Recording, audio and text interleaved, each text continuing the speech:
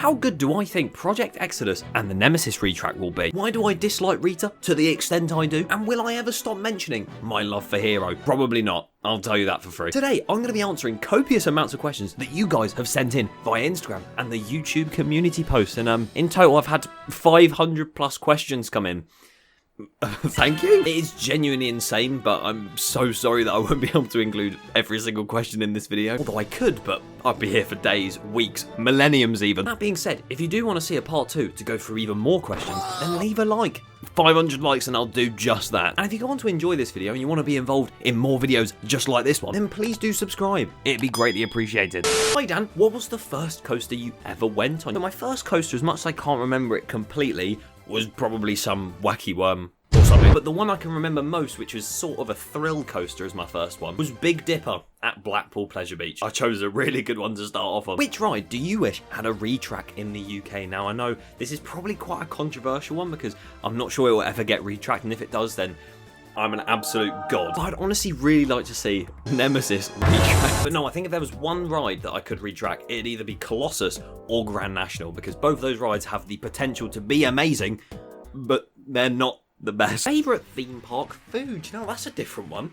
Food! If you're talking in the UK, some of the best theme park food is probably at Thorpe Park. But if we're talking worldwide, then probably Portaventura or Phantasialand. Do you think Exodus will be better than Shambhala? Now, I mean, both of these rides are going to be completely different experiences. Exodus is going to have the hang time, the weird elements, like, I don't know what that is even still. Whereas Shambhala's more floaty and it's a lot of floater air time.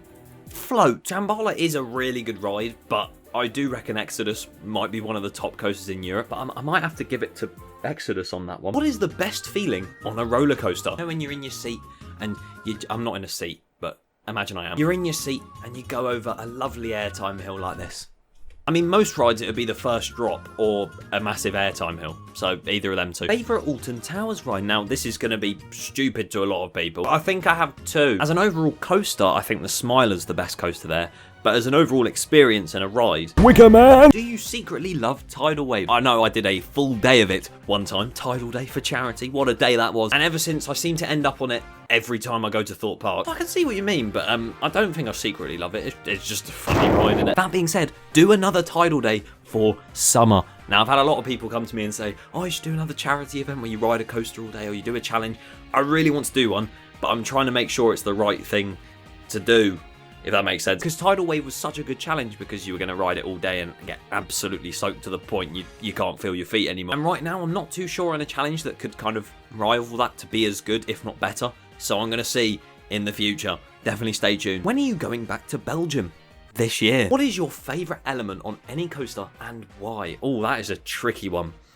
Got to think of every single coaster I have ever ridden. The Zero G stall or outwards wave turn on Zadra, the second launch on Taron, or the first launch on Red Force. Yeah, I can never decide on things, but one of those three, for sure. Hi Dan, which theme park is better, Paultons Park or Chessington? I think Paultons Park has the more kids to family orientated, whereas Chessington is going more family to thrill. Considering they are adding a coaster with an inversion on it, I feel like if you want to go somewhere where it's a little bit more thrilling than just some kiddie rides, you go to Chessington. Paultons Park is more just, yeah, Peppa Pig. Are you sure you're not Ginger? Let's have a look, hang on.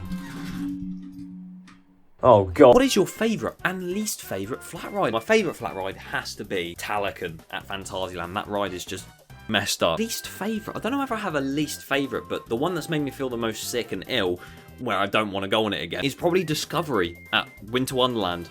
A travelling funfair ride. What was your favourite video of 2022 and why? Oh, that's a good question. Honestly, some of my favourite videos last year were the vlogs. So for instance, the Drayton Manor video or even the Plopsaland vlog, because that was my first time properly filming on ride and that was so much fun. And that Alton Towers vlog was the start of, I don't even know how to explain it. If you could only go to one theme park for the rest of your life, which would it be?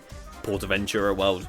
That tells you what my favourite park is as well. How do I overcome my fear of going upside down on a ride? Now, I get this question quite a lot, but not necessarily going upside down. It's more the heights, the drops, the speed, the airtime.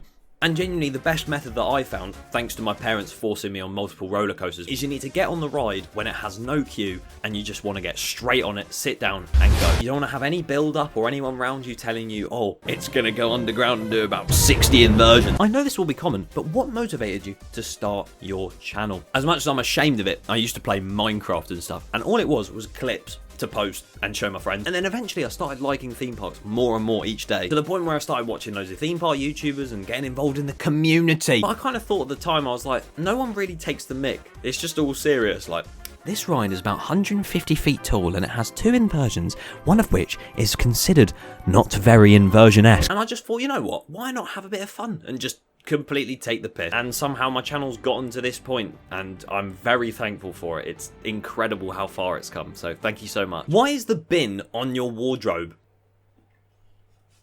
I don't know. When are you going to visit the Netherlands? Later this year. What are your plans for park visits this year? Now this is a big one because I could go on for hours. I'm going to go to Flamingo Land to ride Hero, Flamingo Land to ride Hero.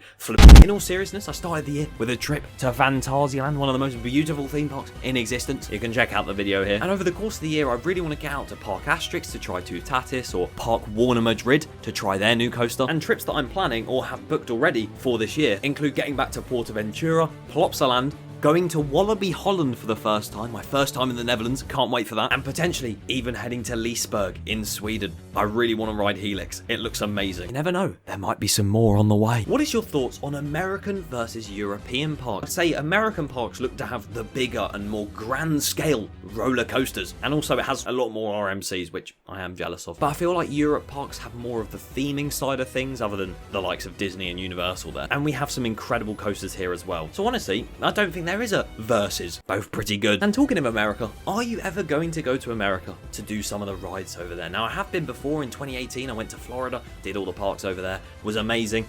I really want to go back because I haven't been on Velocicoaster or Hagrid's or anything like that.